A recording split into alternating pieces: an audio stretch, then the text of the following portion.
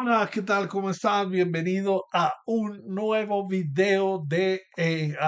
vamos a cambiarle el título a esto. Vamos a poner tiempo de estudio.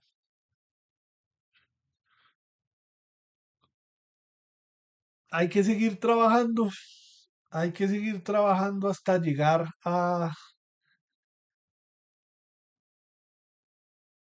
actualizar. Se demora en actualizar. Hay que seguir trabajando hasta lograrlo. Vamos a leer un rato. Esta mañana, pero no, este es guión 2.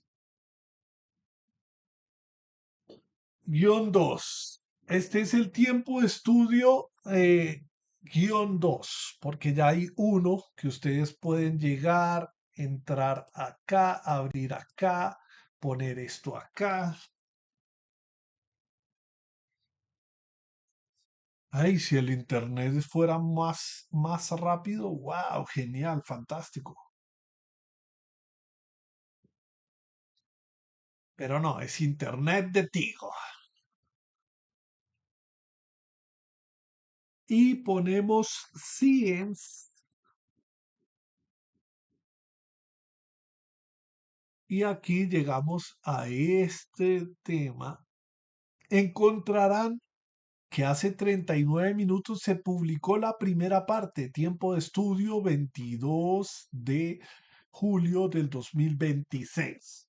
Son las 3:17 minutos. Bueno, antes de continuar, debo decirles que hay un stream que se está haciendo en este preciso momento en Twitch que dura, hasta ahora está durando 1 hora 25 minutos. En ese stream hago una primera parte de borradores de escarbando la historia. Entonces ahí también van a encontrar un contenido que me gustaría que le dieran mucho amor, muchos likes. Vamos a publicarlo automáticamente de una vez.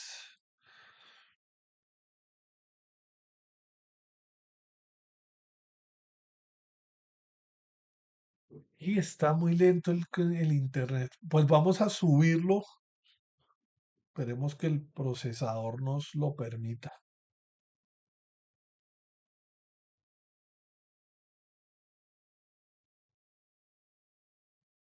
Acabo de ver a un arqueólogo interesante. Pero es que, o sea, yo tengo una cuenta diferente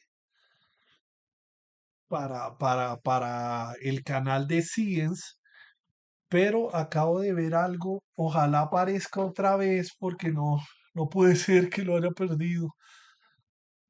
Ustedes no saben de lo que estoy hablando, pero yo sí, maldita sea.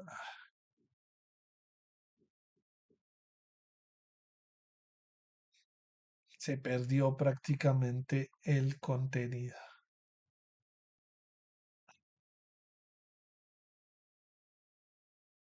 Permítanme un segundo, yo busco por acá.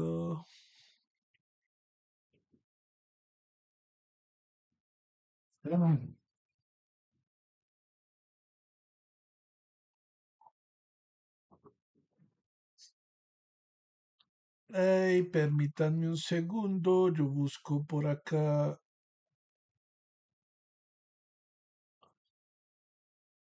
Juan, Juan Luis.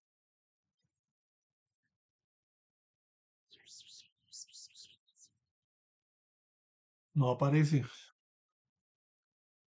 Juan Luis, aquí estás.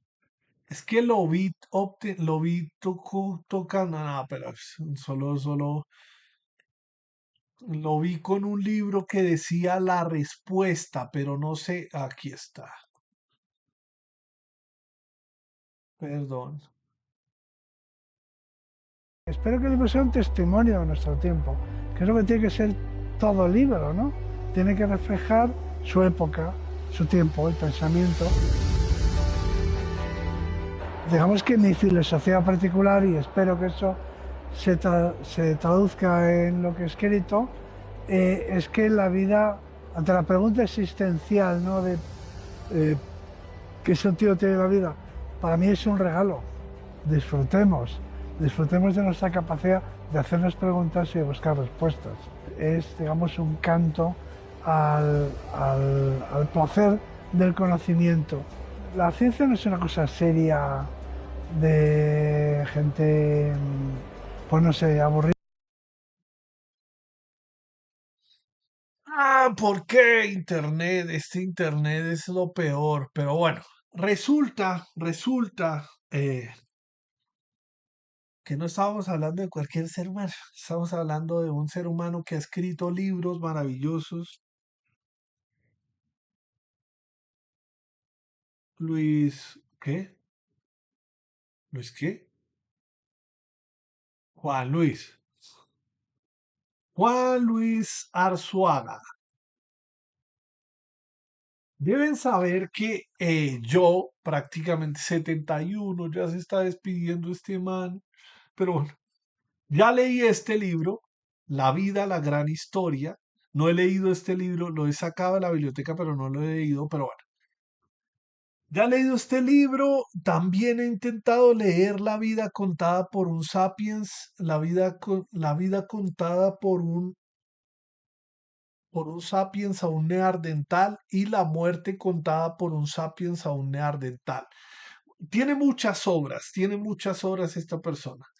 Resulta que, bueno, volviendo otra vez, perdón, al tema de mis objetivos de estudio, ¿no? Resulta que yo, Daniel Santiago Padilla Rodríguez, Santiago Rodríguez para los panas, para la gente bien, empecé este proyecto en el 2015. Empecé este proyecto en el 2015. Y al principio de este proyecto me gustaba mucho el tema de la evolución humana. ¿Sí? O sea, todavía me gusta, incluso estoy leyendo un libro de antropología muy interesante.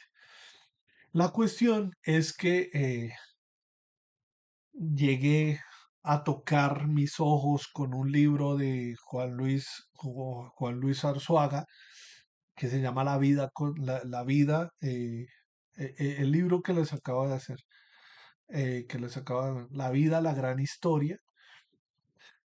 Y entre otros arqueólogos españoles. Yo sé que son españoles, no hay que olvidarnos de esos.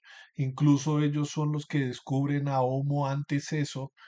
Y el tema de Atapuerca y ojalá algún día yo pueda salir de Colombia e ir a Atapuerca, pero antes de ir a Atapuerca me gustaría ir a África, específicamente a la garganta de Olduvai, al museo que hay allá, porque quisiera tocar la tierra, mano, quisiera tocar la tierra, quisiera pisar la tierra,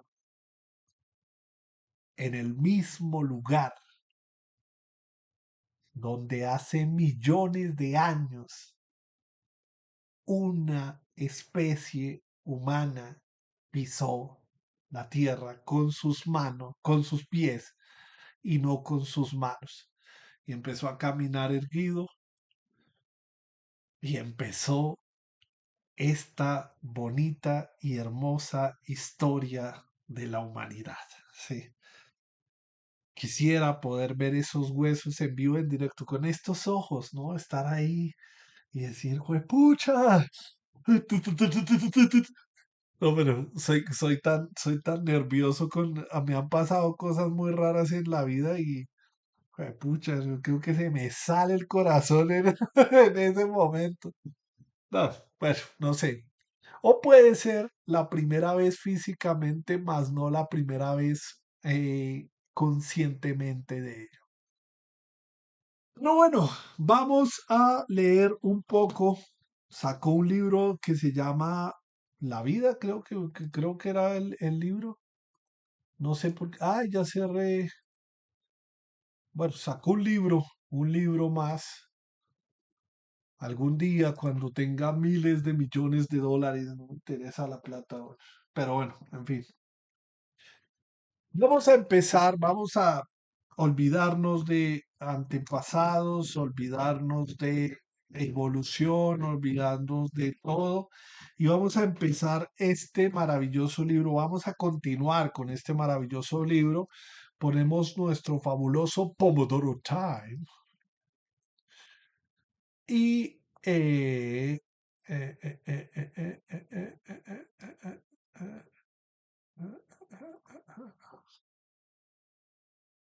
nos vamos a tiempo de estudio. Recuerden que estoy buscando ingresos. Estoy buscando ingresos para sostener este proyecto en el tiempo y para liberar las cargas de los familiares más viejos de mi familia, es decir, a mi madre y a mi padre. Lastimosamente, mi tía ya se me fue y no quiero que mi madre, eh, bueno, en fin. Estoy buscando ingresos para esto. Entonces, si te gusta el contenido que hago, no te olvides de, eh, de aportar algo con las plataformas de Breve. Puedes hacer tu aporte. Esto es para colombianos, para colombianos.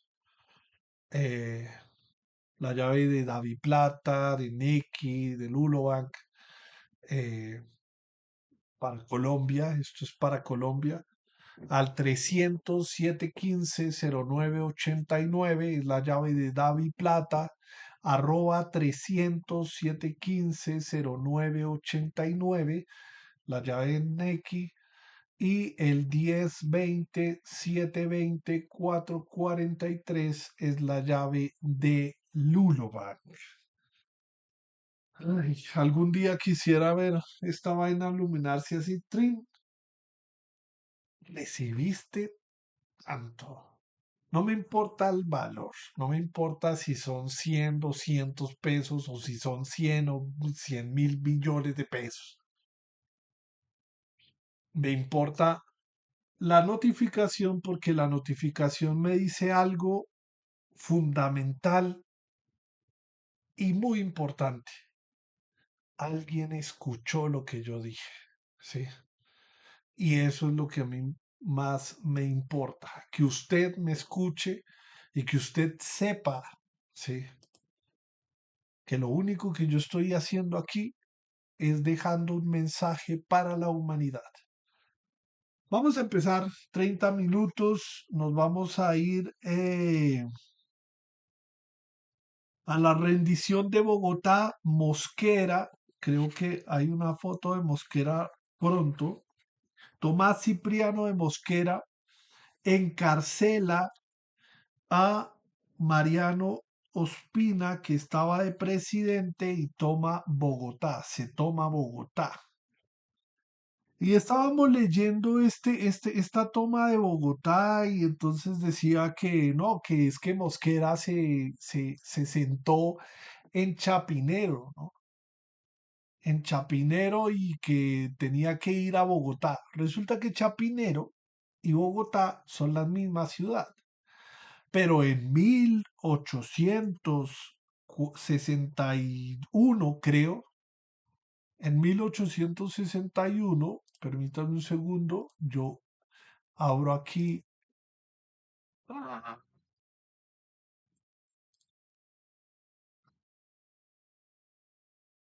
Ay, internet, ¿por qué me haces esto?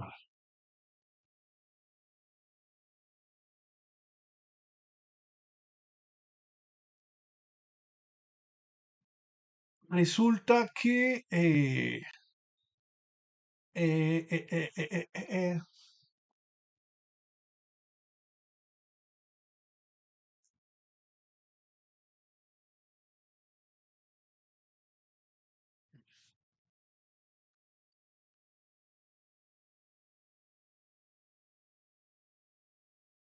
resulta que Bogotá La Bogotá que se está hablando en ese entonces es la Bogotá de este pedacito de acá. Cuando Mosquera, cuando Mosquera dice que, o sea, aquí, si no estoy mal, ¿dónde es la Plaza Bolívar? Ah,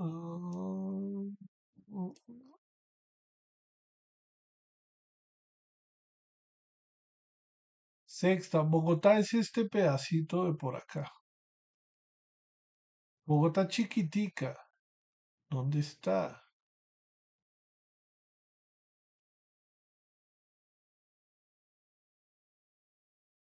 Museo del Oro, carrera décima, ¿dónde está la séptima?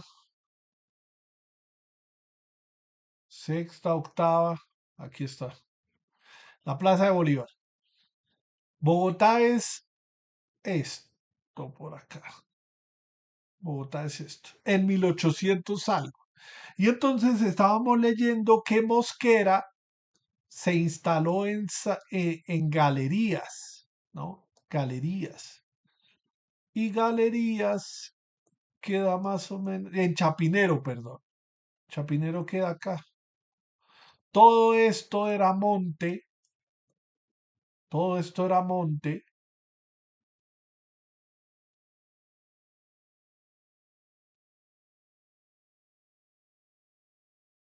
todo esto era monte, pero bueno. Sí, o sea, miren la distancia de aquí hasta aquí, hasta, o sea, es lejos, lejos, Chapinero Alto, Chapinero, es bastante lejos. Bogotá no era tan grande porque estamos en 1800 algo. Ahorita somos como 8 millones de personas los que vivimos en Bogotá. Pero bueno, se toma Bogotá, Mosquerita se toma Bogotá, entonces vamos a eh, continuar con la lectura de este maravilloso libro que se llama Historia Política de Colombia. El 18 de julio atacó Mosquera a Bogotá. Los soldados del gobierno pretendían detenerlo en San Diego. La lucha fue sangrienta. Allí lució por su valor y calidad en predilecto doctor Jiménez Zamudio, pues sin temor al peligro, socorría con los auxilios religiosos a cuantos heridos pudo, y él a su vez recibió un balazo en una pierna. El éxito coronó en el triunfo al liberalismo. Mosquera arrojó a sus enemigos y, clavando su bandera al pie de la estatua del Libertador, selló su triunfo definitivo. Había creído que necesitaba de 3 días para dominar a la ciudad y solo le bastaron 8 horas. Las represalias. Las represalias se dejaron sentir inmediatamente, pero voy a hacer algo porque es que estoy aquí, me meo, y entonces no estoy pensando en la lectura. Entonces ya vengo, voy a orinar.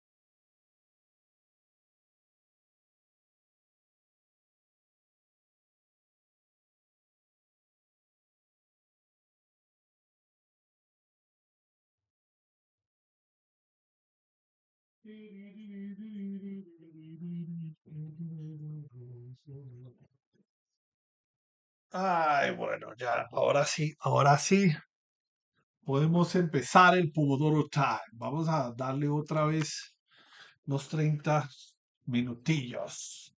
Vamos a ver si terminamos este libro en 3, 4 días o no sé cuándo. Las represalias se dejaron sentir inmediatamente. Se acababa de, no acababa de triunfar cuando ordenó que fueran detenidos Morales, Aguilera y Hernández, los dos primeros culpables, según se dijo, de la fuga de los presos del Rosario y Hernández de la muerte de Obando. Sin más ordenó que fueran fusilados. Doña Amalia, hija de Mosquera, y en cuya casa se encontraba éste, se dirigió con su esposo, el general Pedro Alcántara Serrán, a pedirle gracias por aquellos desgraciados. Mosquera, enfurecido, respondió que buscaría hospedaje donde no le cobraran con exigencias indebidas los servicios que le prestaban. La noticia de tales sentencias corrió por todas partes. Los personajes más notables del liberalismo como Miguel Samper, José Hilario López, Santiago Gutiérrez, etc., todos pedían gracias.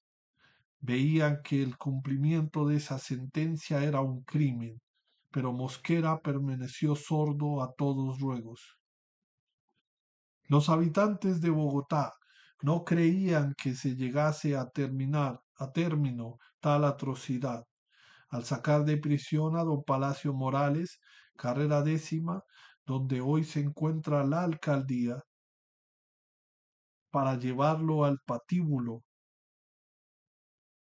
una hija suya, Dolores, quien de continuo estaba ante la prisión, atravesó la guardia y preguntarle a dónde lo llevaban.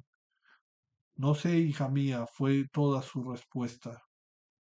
Entretanto, don Miguel Samper hacía esfuerzos increíbles por conseguir, aun cuando fuera una prórroga. Todo fue inútil. Los sentenciados fueron conducidos a la Plaza de los Mártires y colocándolos ante una pared donde hoy se encuentra el voto nacional, fueron ultimados.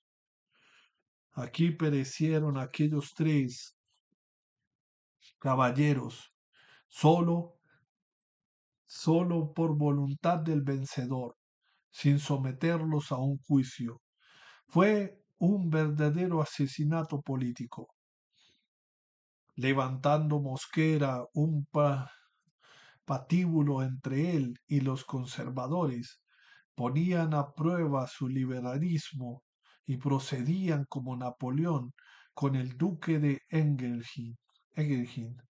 No bien se había completado el triunfo cuando ya los liberales se mostraban inquietos y desconfiados.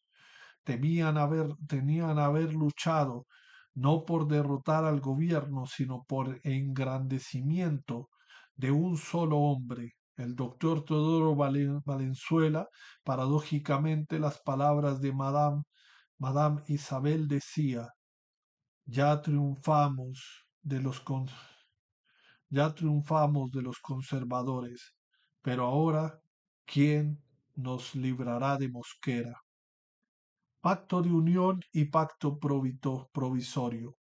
Durante la campaña había gozado Mosquera en su parte dictatorial tan solo por un tratado de alianza celebrado en Cartagena el 10 de septiembre de 1860 entre los estados del Cauca y Bolívar, en el que se dio el nombre del Pacto de Unión. Se le había reconocido como jefe supremo y director de la guerra. Más tarde, los estados de Boyacá, Cundinamarca, Magdalena, Santander, Tolima se unieron también a su pacto y el 21 de septiembre de 1861 son representantes y plenipotenciarios.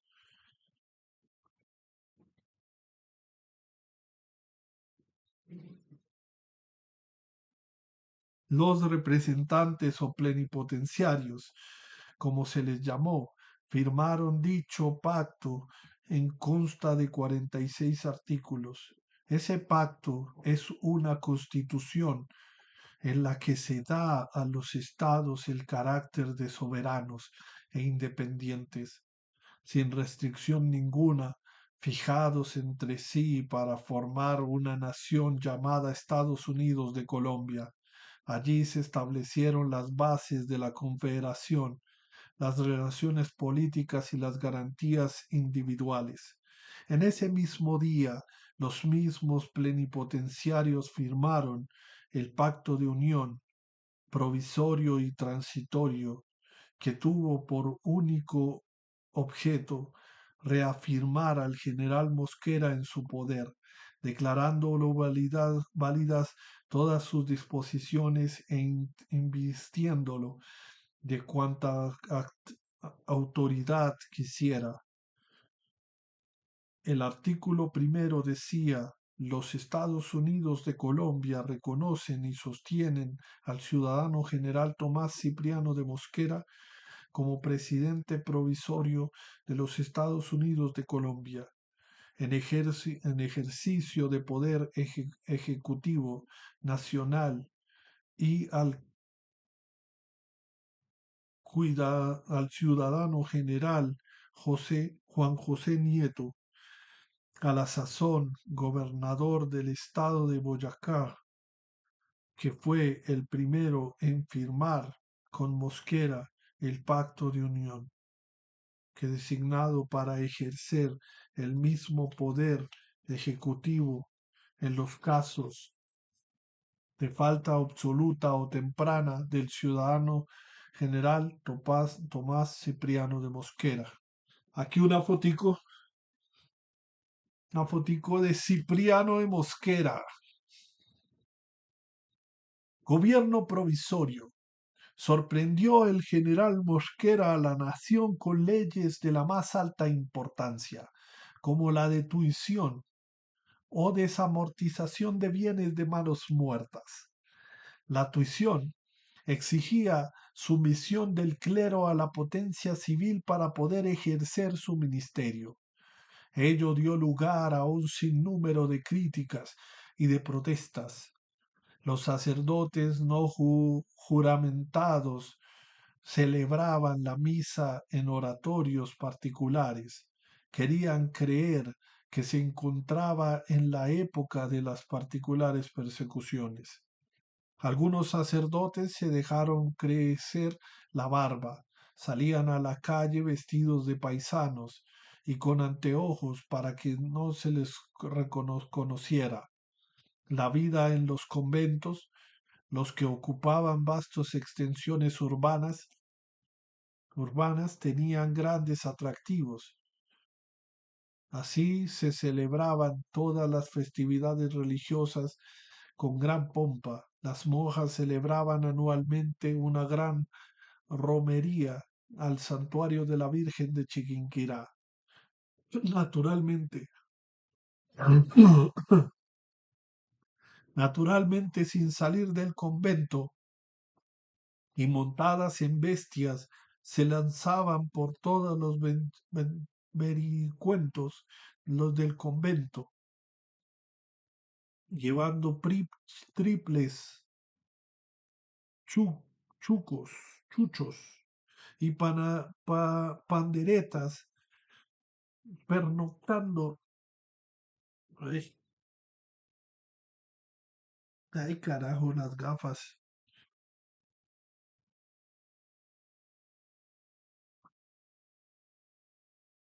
Pernoctando y durmiendo en posadas imaginarias, quejándose del mal estado del camino, representándose a los vivos en peripecias de aquel largo viaje, que entonces duraba 3 días, y todas aquellas grandes diversiones puso fin al general Mosquera.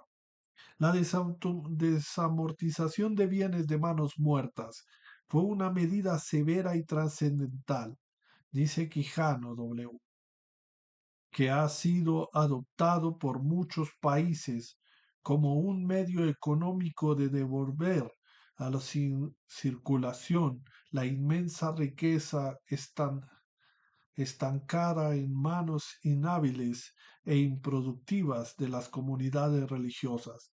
Se declaró suspensión las comunidades religiosas de uno y otro sexo. Quedó derogado el artículo 65 de la Constitución que dice: ni la Confederación ni los estados podrían dar a los templos y edificios destino al culto público, ni a los ornamentos, ni vasos sagrados, otra obligación distinta a la que hasta entonces tenían, y que las propiedades y rentas destinadas al sometimiento del culto y los que pertenecen al culto o comunidades o corporaciones religiosas gozarían de las mismas garantías que las de los particulares y no podría ser ocupadas ni grabadas de la manera distinta a las de estos. El general Mosquera puso en manos del Ejecutivo ese derecho de tuición, o sea, la acción y derecho de defensa sobre todos los cultos establecidos en el país, y declaró que ningún sacerdote podría ejercer su ministerio sin el pase del Poder Ejecutivo, so pena de extrañamiento del territorio de la República. A poco, el ministro de Relaciones Exteriores, doctor José Rojas Garrido, envió sus pasaportes al nuncio apostólico, señor Ledochowski, y por otro decreto se declaró disuelta la Compañía de Jesús y se ordenó la ocupación de todos sus bienes. Así volvieron a salir para el destierro después de que pertenecieran en 11 años en el país, de 11 años en el país. Conflicto con los gobiernos eclesiásticos. El arzobispo Herrán reclamó contra aquellas disposiciones y el secretario de gobierno Andrés Cerón le contestaron diciendo: el gobierno dispone que obedezca a usted y que si tiene que representarlo, lo haga como ciudadano granadino y no como empleado público, porque el gobierno no reconoce a los obispos otra cosa que ciudadanos sujetos a la ley y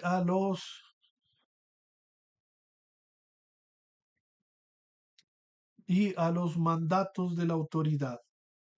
Se vio también como una desobediencia a la ley que el arzobispo recibiera el título de señor ilustrísimo y que pidiera y que dirigiera sus comunicaciones denominando a la capital Santa Fe de Bogotá.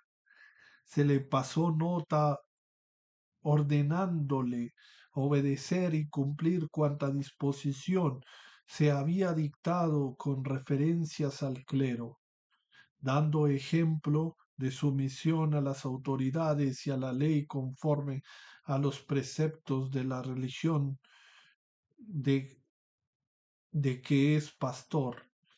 Luego añadía la misma nota, abstenerse de usar el nombre de Santa Fe en sus escritos o cartas bajo el apercibimiento de una multa de 100 pesos cada vez que falte a su disposición legal, y que no se dé ni admita el tratamiento español de señoría ilustrísima, que es contrario a las prácticas republicanas de la nación. Vea, este tipo era exagerado.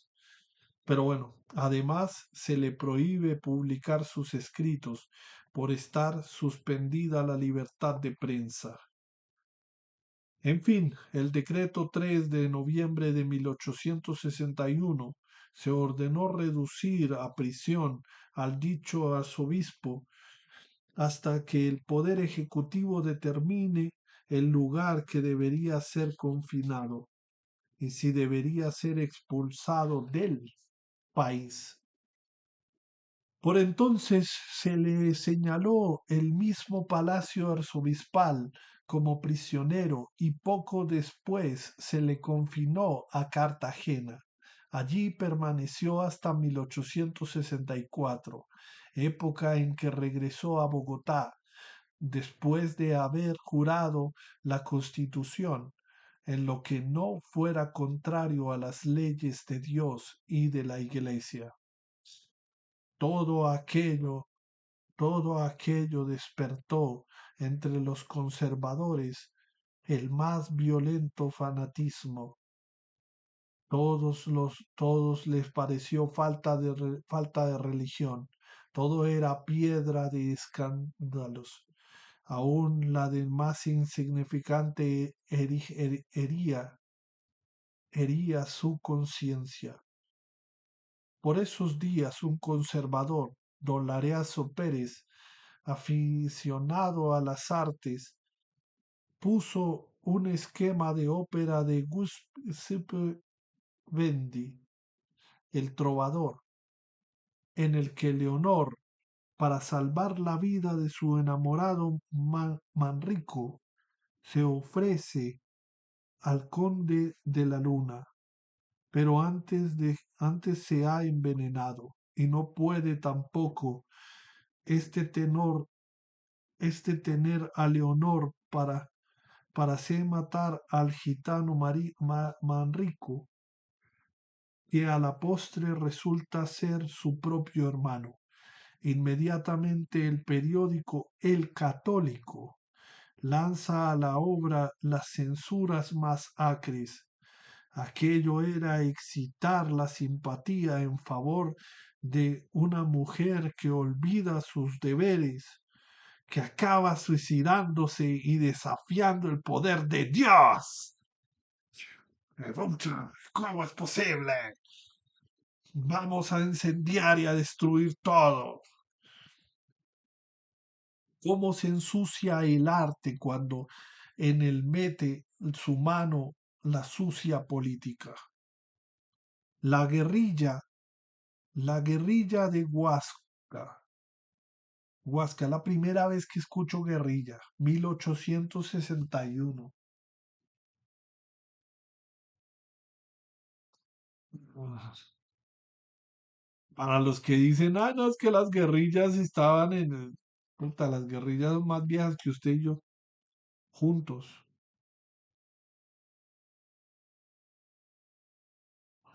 Es la primera vez que escucho guerrilla.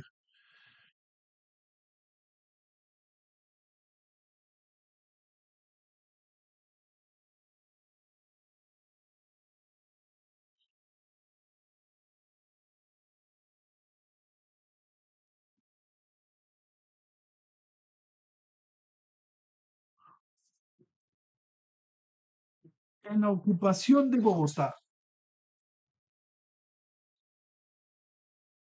con la ocupación de Bogotá, no había terminado la guerra. Inesperados los conservadores echa- echaron mano de los medios que pudieron y establecieron en guerrilla. Ah, pero conservadora, siendo la principal la de Huasca,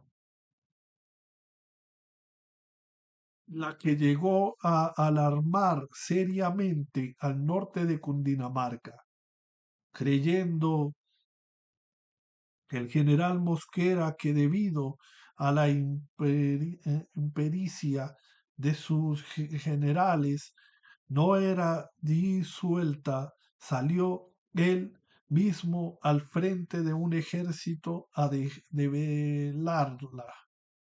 cuando de pronto la famosa guerrilla se presentó en Monserrate y de un momento a otro estaba en las mismas calles de la ciudad atacando a San Bartolomé, a Santo Domingo y a la Casa de Correos y a los consistorial. Las Huascas luchaban con gran valor, saqueando la Casa de Moneda, encargaron con la corona en el Perú había obsesionado al libertador, lo que después devolvió al doctor Galvis dentro de la costal, sin otro daño que la pérdida de una perla. Los guerrilleros que penetraron en el palacio de San Carlos rompieron a culatazos esos magníficos espejos venecianos donde donados por Carlos III al virreinato. Puta, es que cuando el hombre, cuando el ser humano, el hombre en este caso sí hay que decirlo con sus letras, cuando el hombre se vuelve violento y la historia se resiente, ¿no? O sea, pucha, ¿cuántas veces en un acto de ira, de piedra, termina destruyendo usted cosas? Claro, usted dice, puta, un espejo, rompamos esa vaina, ¿no? Pero ese espejo tiene 100, 200 años de historia, ¿sí? Pero pues es un espejo, ¿sí? Y no es por el espejo en sí, es por la historia misma. En ese espejo se veía el virrey, ¿sí? Pero bueno, y ya era parte de un museo, pero la guerrilla permaneció 5 horas en Bogotá. El general Joaquín París, jefe de ella, se instaló en la casa del general Mosquera, cita en el que hoy es carrera octava con calle 13, en el lote que ocupa el edificio que fue del Banco de la República, Banco de Bogotá, hoy Banco Colpatria. Y Colpatria ya se acabó, entonces no sabemos cómo se llama. Y al saber que Mosquera se aproximaba, emprendió la retirada por el mismo camino que había llegado, dejando en la ciudad 20 muertos y cargando con 50 prisioneros. Sitio de San Agustín, febrero del 25 de 1862. Los restos de esta guerrilla se sumaron a las fuerzas que el general Leonardo Canal había organizado en el norte, presentando tan seria amenaza que el general Mosquera salió a su encuentro, dejando el gobierno en manos del Consejo de Gobierno. Pero el general conservador Leonardo Canal consiguió romper sus filas y ocupar a Bogotá. La juventud liberal, sin distinción de clases sociales, se hizo fuerte en la iglesia de San Agustín, bajo las órdenes del general Francisco Barriga. 350 ciudadanos se acuartelaron allí dispuestos a vencer cara,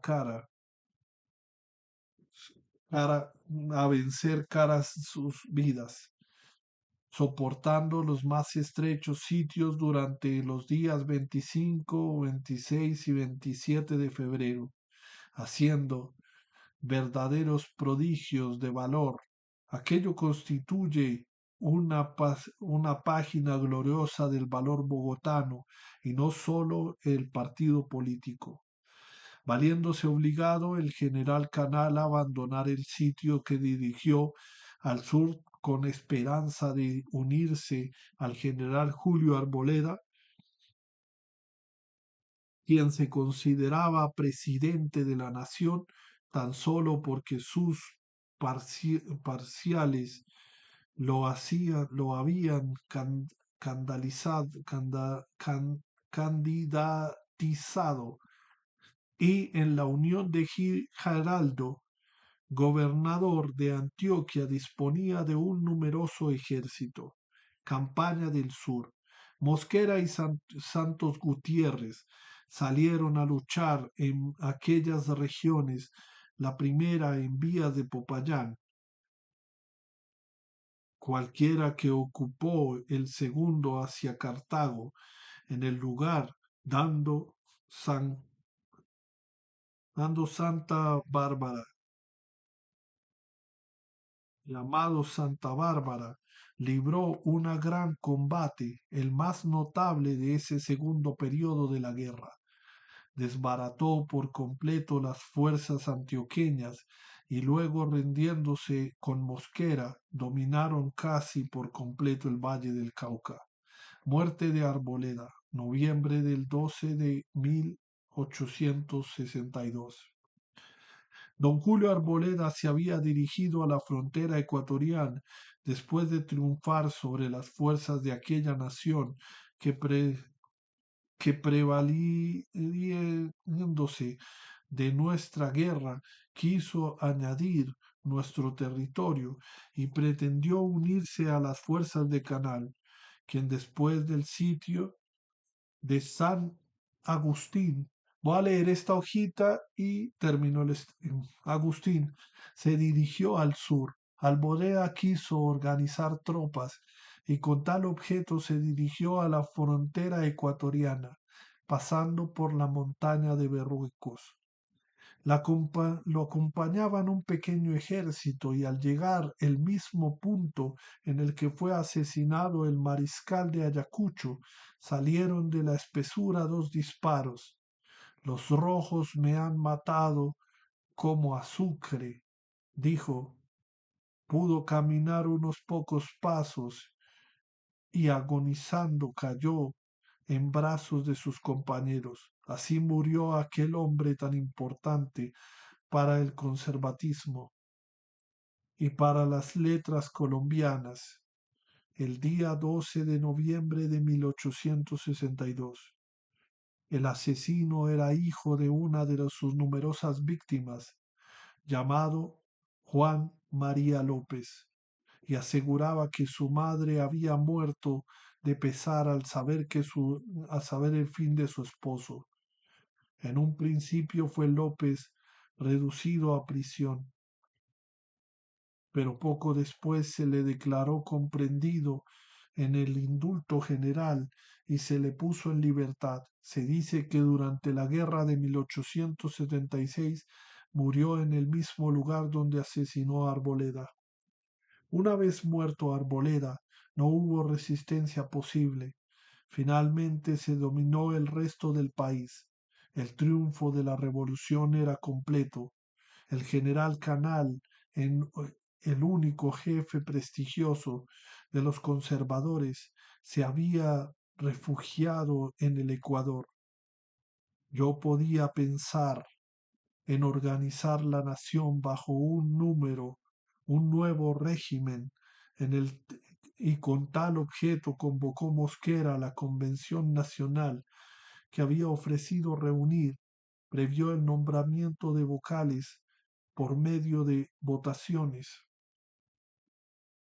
las que según, las que según parece no se efectuaron como todos los requisitos, pero con todo quedaron elegidos los hombres más notables del liberalismo, con exclusión absoluta del conservatismo.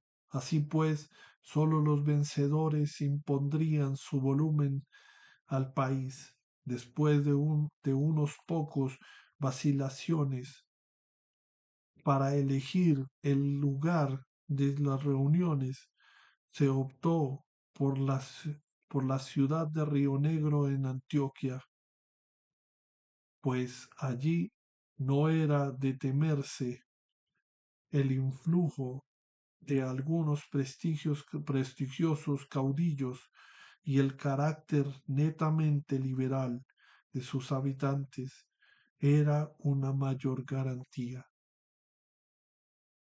Y se terminó Convención de Río Negro, febrero 4 de 1863. Nos vemos mañana. Eso le digo al libro y también le digo a ustedes. ¿Por qué me voy siendo las 4 de la tarde? Porque como lo dije en el video anterior, eh, como lo dije en el video anterior, tengo que trabajar en los cuatro pilares de en las cuatro actividades de este proyecto. Escarbando la historia, mural de memorias, eh, una vida esquizofrénica y tiempo de estudio. Ya le dediqué tiempo de estudio, ya dediqué un tiempo de estudio, ya hablé de escarbando la historia. Voy a ver si saco video el día de hoy. Pues tengo que ver cómo organizo ese asunto. Y para ya finalizar, muchísimas gracias por ver este contenido. Si en algún momento de sus vidas se encontraron con él, mañana nos vemos un poquito tarde, aunque no me ha llegado la notificación. No me ha llegado la notificación de que autorizaron el medicamento que fui a autorizar hoy. Entonces, pues tendré que ver eso. Y nos vemos mañana tipo 10 de la mañana, creería yo. No sé. Muchísimas gracias por ver este contenido. Nos vemos pronto.